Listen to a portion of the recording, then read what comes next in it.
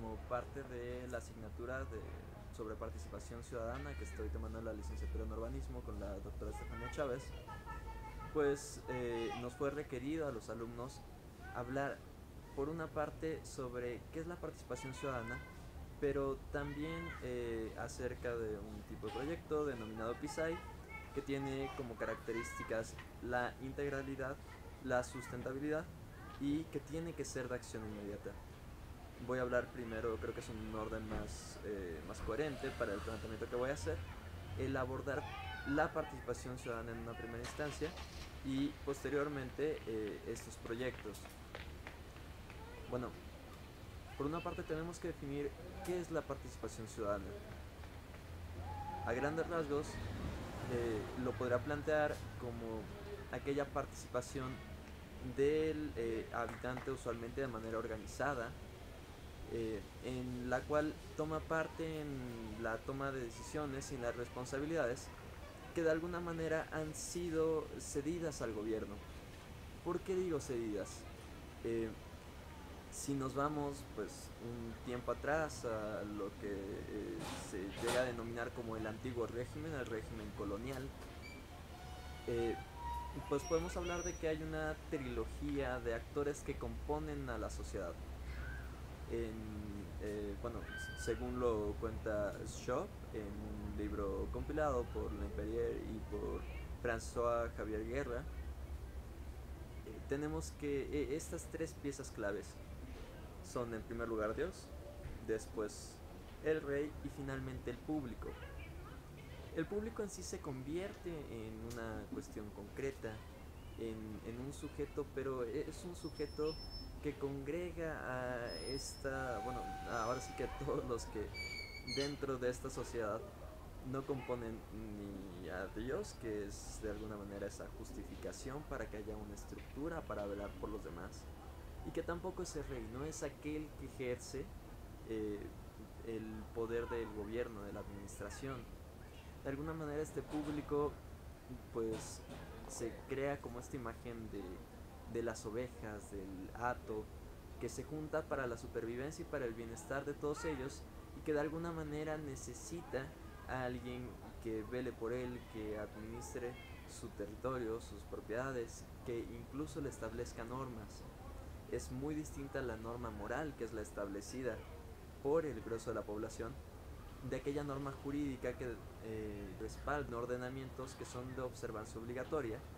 y que bueno, no son en sí directamente eh, impuestos o conciliados, consensuados por la población, sino que hay un órgano que decreta qué es lo que se puede hacer, qué es lo que se puede hacer y qué es lo que no se puede hacer. Entonces, este órgano que puede administrar, reglar la vida comunal, la vida pública,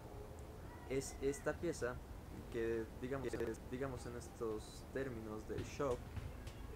pues situaríamos como el rey. Teniendo estas dos partes, estos dos estratos, que no hay otra manera de llamarle, el rey y el público, pues el chiste es qué es lo que puso al rey en esa posición. Depende de la época. Pero en general es una justificación, desde mi punto de vista es más una construcción ideológica que algo concreto, que algo real. Dios, por ejemplo, como construcción ideológica que deposita la autoridad y con el fin de satisfacer una utilidad pública, pero la deposita en alguien concreto, le quita la capacidad al público de hacerse cargo de sí mismo y se la confiere a alguien más o legitima a alguien más. Lo mismo podríamos decir actualmente de la seguridad, el dinero, que son cuestiones más bien de un nivel no real, sino que se construyen a partir de fetiches, representaciones, y esas representaciones, esos fetiches, esas sensaciones, por ejemplo en el caso de la seguridad es una sensación de seguridad, una cuestión imaginaria, pues tiene que ver mucho con cuál es el medio, esta superestructura, las ideas, los imaginarios, en los cuales se enmarca la definición de qué es seguro, qué no es seguro y por qué necesitamos estar seguros. Podría decir que muchas de estas ideas, estas ansias sociales, en algún momento por agradarle a Dios, en otros por una abundancia material, económica, prestigio, cualquier cosa, tiene que ver con quienes generan la representación del mundo y las necesidades. Ojo, en sí nos guiamos por representaciones. Nosotros como seres humanos somos seres muy limitados para poder abarcar la totalidad de la realidad. Entonces, para poder procesar esta realidad y entender el mundo de una manera coherente, nos apoyamos en representaciones. Estas representaciones, sin embargo, son producidas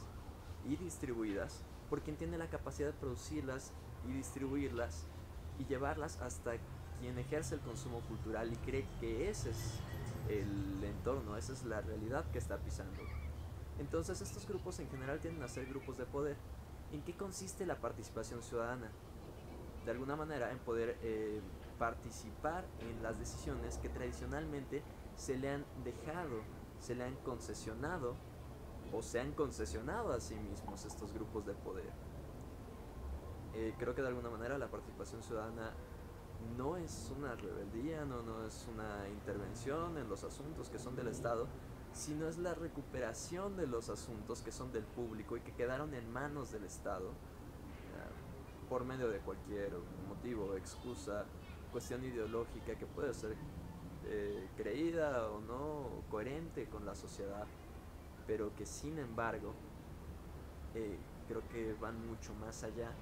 de lo que es justificable. Creo que como individuos en que se supone, al menos en el paradigma actual, que estamos en una sociedad igualitaria, deberíamos de tener igualdad de responsabilidades y una igualdad real para hacernos cargo de esas responsabilidades y todos con consecuencias compartidas, que no es el caso. Ahora bien, acerca de estos proyectos integrales, sustentables de acción inmediata, los PISAI, de los cuales, bueno, debo de reconocer, hice una investigación breve y pues casi únicamente, o más bien únicamente encontré esos conceptos mencionados en ese orden en la página de la Asociación Mexicana de Arquitectos Urbanistas, perdón, la Asociación de Mujeres Arquitectos Urbanistas, la MAU, y únicamente la mencionó. Ahora, ¿por qué un proyecto tendría que ser, digo, integral y sustentable? Claro que se entiende, no tiene que haber, para que se pueda sustentar, para que pueda crecer algo de ahí, tiene que ser coherente, integral. En cuanto a la acción inmediata, creo que tiene que ver en nuestro contexto, o es como yo lo interpreto, más bien con una cuestión de credibilidad, de aplicación, porque, vamos, en México y en multiplicidad de países, y dejemos países, culturas políticas, el, eh, pues el quehacer político, la administración pública, no se basa muchas veces en hechos concretos, sino en sostener en la imaginación la posibilidad de esos hechos concretos. Las promesas de campaña, e incluso estos símbolos abstractos de identidad nacional con los cuales uno se siente comprometido aunque no haya un compromiso recíproco entre quien los impone y la población. Entonces la acción inmediata creo que tiene que ver más bien con que sea verificable por la población y por eso es importante. De alguna manera mantiene la credibilidad en quien la realiza, ya sea tanto a partir de la población de participación ciudadana como a partir de los órganos gubernamentales, de los grupos de profesionistas, que bueno, de otra manera si no ocurrieran difícilmente habría una credibilidad, una confianza. Entonces creo que eso se refiere y sin embargo también pondría un poco en tela de juicio que tanto una acción inmediata eh, en todos los proyectos, si los pensamos aplicado a todos los proyectos, puede realmente ser integral y sustentable, pero creo que en ciertos contextos es importante y resalta la credibilidad de quienes participan.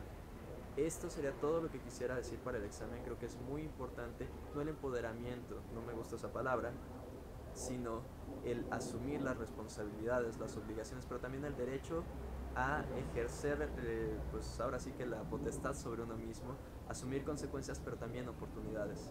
Muchas gracias y pues eso sería lo que tengo que decir al respecto de este tema.